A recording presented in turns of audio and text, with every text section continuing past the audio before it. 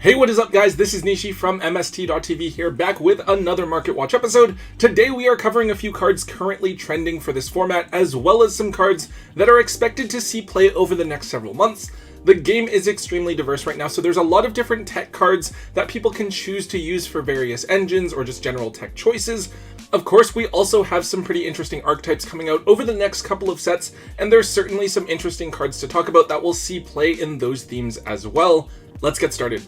First up, we're looking at Insetti, Glory of Horus. Now this is probably the most important card for the entire Horus archetype, aside from, I guess, King Sarcophagus, and that's because Insetti is the card that searches for King Sarcophagus itself. It is, of course, also a body that you can special summon out of the graveyard with King Sarcophagus. So if you're on any deck that is running the Horus engine, you definitely want to be playing 3 of this card.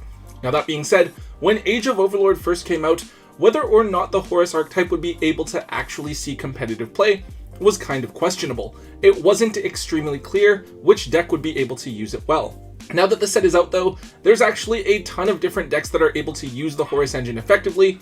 Naturally, there's tier limits, but other decks like Phantom Knights and Bestials have been able to see competitive success when implementing the Horus engine. I believe that each of those has seen at least a couple of regional tops over the last couple of weekends. Because of this, we have seen Insetti trending back up in price. Early on, when its viability was in question, we did see Insetti down at around $30 per copy, but now with some proven results, the card has been trending up over the last month or so, and it now sits comfortably as the 3rd most expensive card in the set at $50 each. Age of Overlord is definitely proving itself to be an insane set, with Insetti, Wanted, and SP all proving to be huge chase cards that are expensive but also incredibly impactful to the way that the game is played today.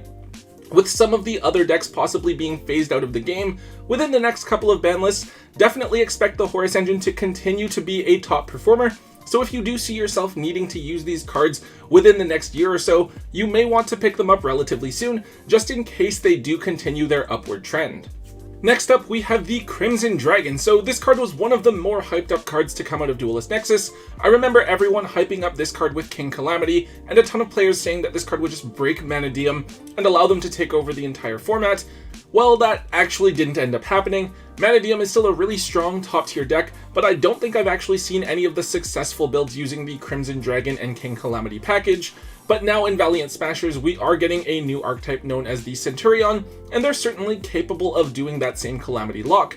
In fact, they have an in-archetype level 12 synchro that they're supposed to be able to make relatively consistently, so I would assume that they can just as easily go the Crimson Dragon route as well. The question here is, will this actually be the route that the deck decides to go down, or will they find a better line of play that will allow the deck to function better in this upcoming format? Regardless, we are starting to see Crimson Dragon move upwards in price a little bit. This was down as low as around $10, which felt pretty undervalued. We're now seeing this card at around $13 to $15 as we are waiting for the release of Valiant Smashers this week. Only time is going to tell us if this is actually the best way to play the deck. But to be fair, I could definitely see why a lot of players might think that this is just a little bit too gimmicky of a combo to see much success outside of like the local or maybe regional level. Moving forward, I probably still wouldn't be looking to pay more than around $10 for this card, even if it starts to see more usage. This being a one of and having such a specific application in a specific deck, I don't see it hitting anything higher than $20 without a really significant change to the format. Moving on, Kashtira Fenr is a card that we've talked about so many times it feels kind of redundant at this point, but we're here to cover cards that I think you guys should be paying attention to in terms of market price, and Fenr is definitely on the list. So Fenr has done a really good job of surviving the ban list over the last year or so here in the TCG, despite how it is now banned over in the OCG. But of course, as long as we have the card in the game here, players are going to be afraid of Fenr being banned. Now that being said, Fenr is always in such a weird place. It feels like it pops up every now and then, and it's just this really strong, generic main deckable monster that's so annoying to deal with, but there's also other times where it feels like it just gets in the way or doesn't do enough. For right now, I guess we are at the point where it feels like it's a pretty good card. I think some Unchained decks run this, Vanquish Soul mains 3 of this alongside Riseheart, and it's basically a staple in the branded Chimera deck as well. With this usage, we are starting to see all versions of Fenr trend back upwards. We had the Megaton secrets down at $12 to $13, they're now at $18 each, The Ultras from Darkwing Blast were at 15, they're now at 20 to 21, and then the Altis have gone up slightly as well, from $37 to now being at 43. I feel like with Fenr, you just kind of buy your set of this card whenever it feels like it's at a price that you can tolerate, and then you just keep the set for yourself to use and play with it and don't worry about the price fluctuations too much. This is a card that's probably going to fluctuate in price with every single ban list. Leading up to the list, it's going to get lower and lower as people are afraid it's going to get hit, and then when the ban list comes out and it isn't hit, it'll jump back up, and this will probably happen over and over again until the card finally does get hit in some way. Now, as much as I am a fan of selling off cards before they tank in value, Fenr is kind of a staple, almost like an Ash or an Imperm, that you kind of just hold on to indefinitely in case you need them for your deck, and if they do drop because they're seeing less play at one time or another, you just kind of accept the L and move on. Next up, let's talk a little bit about Vision Resonator. So this is a card that is a level 2 tuner where if it is sent to the graveyard, you search for a spell or trap card that mentions Red Dragon Archfiend from your deck to your hand. This of course came out in the new Crimson King structure deck, and it may seem like a weird card to talk about just here. A lot of the cards from the new deck are only really seeing play in sort of a dedicated strategy that runs all of the different Resonators and Red Dragon Archfiend cards. However, Vision Resonator is actually seeing some play alongside Crimson Gaia, as the two form a small engine that gives you the ability to summon back a level 2 tuner to your side of the field every single turn, enabling additional synchro plays. I believe that we first saw this back at YCS Indianapolis, where a Horus Bestial deck with a Resonator engine made the top 16. With more decks now looking at using the Horus cards, the Resonator engine is a natural engine to consider. Playing right alongside it, the engine gives you free bodies once you set them up, and a free level 2 tuner with the level 8 monsters enabled by King's Sarcophagus means that you could potentially summon threats like Baron de Fleur without too much effort at all. Now, interestingly enough, Vision Resonator has seen a bit of a buyout. As a structure deck card, this card used to only be $1 or so, but it's now actually up to $3 to $4 per copy. I think a lot of players are wanting to pick up the engine just to have access to it, but most players do not really want to have to pick up 3 of the structure deck just for a couple of cards, especially when there aren't really any great generic reprints in the structure deck this time around. So they end up just buying the singles, and the result is that the price just naturally goes up on TCG Player. We'll have to see just how potent this engine is, and if players stick with this more compact engine, or if they're going to try out something new with a few additional cards added to it. For myself, I usually just pick up 3 of each structure deck when it comes out, just so that I have access to all of the cards regardless of if I want to try the deck or just part of an engine. But if you don't want to, I think that this engine is a pretty cool one that's worth picking up and trying out while it's still only a few dollars per card. Alright, so with the next couple of cards, we are looking at cards currently trending because they will see play in the future due to new support for certain archetypes. The first one here is Spiritual Beast Pangu, a card that is obviously a member of the Ritual Beasts. This is a card with a neat ignition effect. You banish a Ritual monster from your extra deck and then send a Ritual Beast monster with the same type from your deck to the graveyard. So Ritual Beasts just had some new support revealed to be coming in Terminal World, and to be honest, I did not understand what Ritual Beasts did back in the day when they first came out, and I still have no idea. I tried watching like a bunch of the replay videos. I could not explain to you what they were trying to accomplish, but Lithium seemed to think that they were good, so I'm just going to trust what he says there. Anyways, Pangu is an important card for the deck, actually.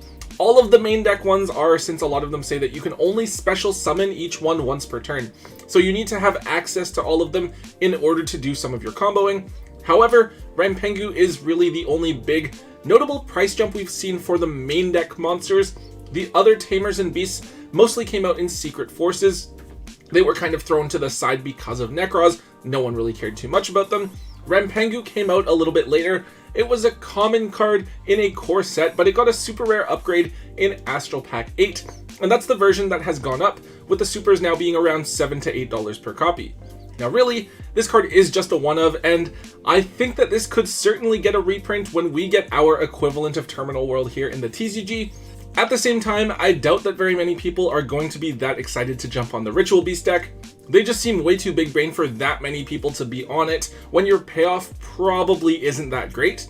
This is absolutely the type of card that you guys will want to dig up out of your bulk and offload if you can while the hype is so high, since it'll definitely come crashing back down in price within the next month or so. This is another interesting one. It's Dogmatica Maximus. So the Dogmatica engine is something we haven't seen too much from recently. We've seen Nadir Servant and Dogmatica Ecclesia used in a variety of decks over the last few years, but I feel like they just haven't been that great recently. And now, to be fair, even back then, Dogmatica Maximus was just like this one of, and even a lot of players considered cutting it just because non-Dogmatica decks would play Entis or something like that, just to punish players trying to make them sacrifice a part of their extra deck. Now, however, Maximus is actually looking like one of the key new cards for the Silent Force deck. This is a retrain of a couple of different cards. I believe there's retrains of Skull Guardian and Novox's Prayer. They do use Cerebus as well. That deck doesn't really use its extra deck to summon monsters, so I believe they run a package of Nadir Servant and Dogmatica Maximus, using it to try to get cards like Gura and Herald of the Arclight into the graveyard in order to trigger their effects and generate advantage, while also disrupting your opponent. Kind of a neat little engine there that we haven't seen in a while, and I guess it does come at a good time, with Nadir Servant getting a reprint in Rarity Collection as well. At one point, Maximus was only like a $2 to $3 card, but now we're seeing this card at $11 to $12 for the secret rare version. I didn't know this, but the secrets have actually been floating around $7 to $10 for at least the last year or so, which is pretty interesting. Fortunately, there is still the ultra rare Megaton reprint that you can pick up for under $1 each. Neat little tech here, though I will say I definitely don't see the deck being meta relevant at all. I don't think that the deck has done anything in the OCG really either. This does shine light on a new engine though, so maybe pick up a couple of the cheaper versions just in case it does see play in the future, but consider letting go your high rarity copies of cards like Maximus for players that want to bling out their definitely off meta strategies. And finally, the last card I want to talk to you guys about for today is Gura. So this card is something I think you guys will all know about already as one of the best fusion monsters ever printed. It's one of the best super poly targets available since you can summon it with two monsters that have the same type and attribute. Its actual effects aren't too bad either. It deals double damage, and if it goes to the graveyard from anywhere, you get to draw a card as well. So of course, as we just talked about with the Silent Force archetype, this card might be a good card to watch for them. It's a great card to dump with either Nadir Servant or Dogmatica Maximus, since you'll get to draw a card for free. However, it's also worth noting this card because of the recent increase we've seen in the play of Super Polymerization. Super Poly is one of the most disruptive cards in the game, and even though a lot of the time you're going for Guilty Gearfried against Rescue Ace, or maybe you're using something like Muddragon of the Swamp, I think that if your extra deck were limited to like 4 spots, you definitely want to be allocating one of those spots to Gura as one of the most generic Super Poly targets available. Now at the moment, Gura is actually a relatively cheap card.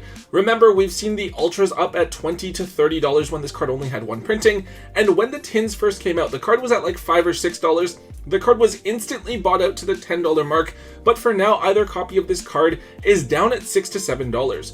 But with the potential usage of this card with a new archetype coming up, and the expectation that this card is going to see more extra deck usage this format because of Super Poly, I feel like this card should be between 10 and 12, maybe even as high as $15 right now, so it's definitely on my list of cards to be actively looking to pick up.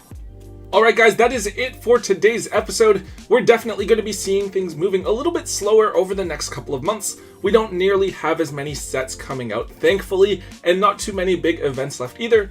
But of course, we always want to be keeping an eye out for those opportunities to pick up cards when they do come up, because the market always seems to respond really quickly. Anyways guys, if you did enjoy today's Market Watch, please make sure that you hit that thumbs up button for me. Also make sure you leave a comment in the comment section down below. Let me know what cards you guys want to see talked about on Market Watch, and let me know what other trends are happening that I can cover as well. Also, if you haven't already, do make sure you hit that subscribe button. And until next time guys, don't forget to hold on to your MST.TV.